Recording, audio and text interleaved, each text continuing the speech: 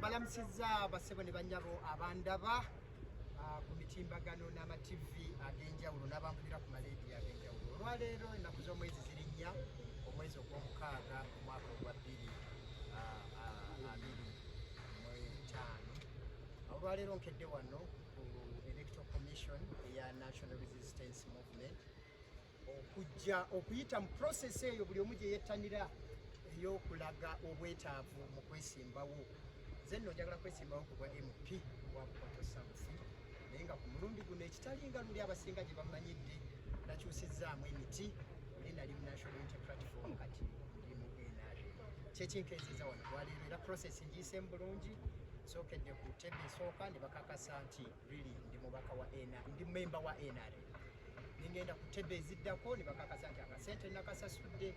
Ningenda ku ttebe eddako ne bakakasa nti ebitabo byange biyimiridde bulungi era foomu empeereddwa eno girina nyenze gikolako mikolo egyetaagisa, ate akaseera bwe kanaatuuka nzije bisabumitinge omulimu ogende mu maaso.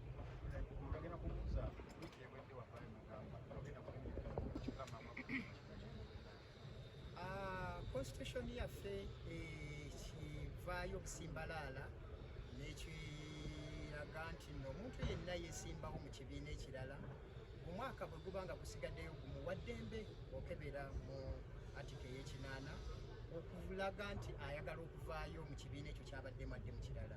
Wiiki ewedde natandika omulimu ogwo, netandika okutegeeza bakama bange bonna bekikwatako, sipiika, clerk, ba whips ab'enjawulo, deputy speaker, leader of opposition, ba secretary general bonna ne mbategeeza lwakuba nti secretary general wa NUP nagendayo mwalaba akatambi akatambula wiiki ewedde natuukayo naye bambi nga bumanyi nga banakuwavu muzannyi waabwe w'amaanyi atambula naye tebakikola nga bakyetaagisa, naye kisaayina kyakikola budde bwali butuuse obw'okutambula neeyongerayo. So omulimu ogwo gwe nali nkolako wiiki nga bwe nkugambye bankakasizza bw'okebera siwali kulanga ndi memba wa NRM, naye empapula zange NRM bwe yalaga interest nti neetaaga okunsayininga season ejja era ensonga ezo twatandika ozikolako mu kiseera kya upgrades enkalala nga bazitereeza eza NRM. Bwentyo nange nayingira mu nkalala ezo, ensonga lwaki ondabanga mwendi nteredde. Okubawo ne kiri kitya tekere n'ogiwangula wali abantu balaba NRM. Of course abantu babeerawo, naye omuzannyo omulungi buli lwajja mu ttiimu abadde bazannyirawo mulina okwesega, naye nga tekigaana naawe olina okuteekamu amaanyi n'olaga nti omupiira ogusiba okunyweza era ne goolo oziteeba. So biri ebyabalala sibinkwatako, nina kutunuulira kyennyina kukola nga nze mu constituency okulaba nti kaadi ngiwangula ate neeyongerayo n'olugendo lwange. Ebintu by'okubutawangula nze sibirowoozanga nako, buli lwembeera mbeera muwanguzi. Nawangula, nasooka kuwangula giri ataata yange ogenda muli amaama nembeerawo, nenzaalibwa nga ndi mulamu, nembeera nga mpangula buli kaseera, nensomba nempangula, buli wamu mpangula buwanguzi. Kaakati eby'obutawangula sibirowoozaako. Of May, of June this year, I'm here at the NRM Electoral Commission to express my interest to contest in the NRM forthcoming parliamentary primaries in the quest for membership of Parliament 226 to 31.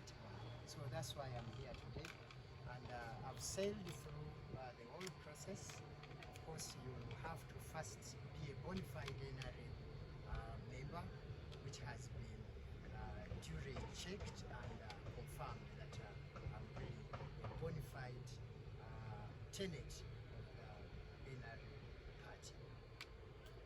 Your course last No, I think it's time. Yeah, last time I started on the last week, I started on the process of transmogrifying from the NUP party to the NRM party, and of course that's what everybody has to do. The constitution, of course, gives us that latitude to sail and abdicate positions probably that we occupied the previous term. If you look at Article 8 of the Constitution, it does do that.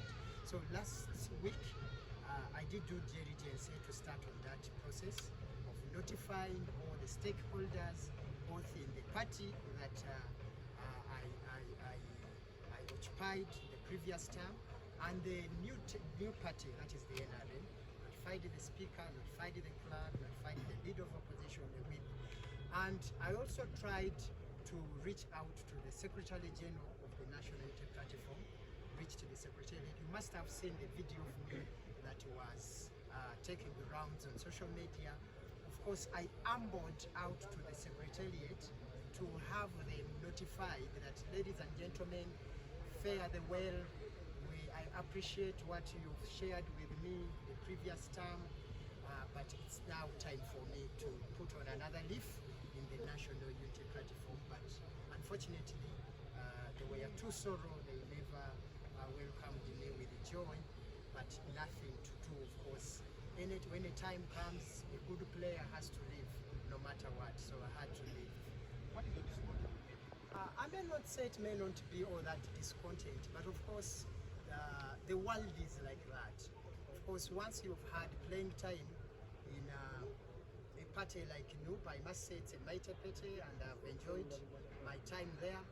But time has to come, and maybe you move on to play for the bigger teams. Everybody wants to play for the bigger teams, and everybody of you knows it's not rocket science. It's all sun and dry. That NRM is a major party, and I'm sure everybody would like to be in NRM. Are you sure you're going to get the primaries? Because the candidates of NRM already reported when it started. Of course, like this is very isomerical to the football game, because everywhere you go, you have to foster your challenges. You are not going to get everything on a silver plate. If you've made a transfer from any party or any club, you must have to fight hard to see that you keep up your playing time. So, but as far as I'm concerned, I'm very much sure that with the energy, the tact, and the brilliancy that I've placed up in the constituency, I will make it back. Unfortunately, I don't think so. I've always been a clairvoyant person. Why fail? I've always been a clairvoyant person. I'm gonna make it, inshallah. Honorable, one for me. Thank you very much. Of course, now this is when they say it is for the wise only. I did that when I realized that my transfer was on. There were interests from NRA to take on me. Of course, I had to start all that background work. During the upgrades of the register of the National Resistance Movement, so that's when I upgraded my register, and that's why you see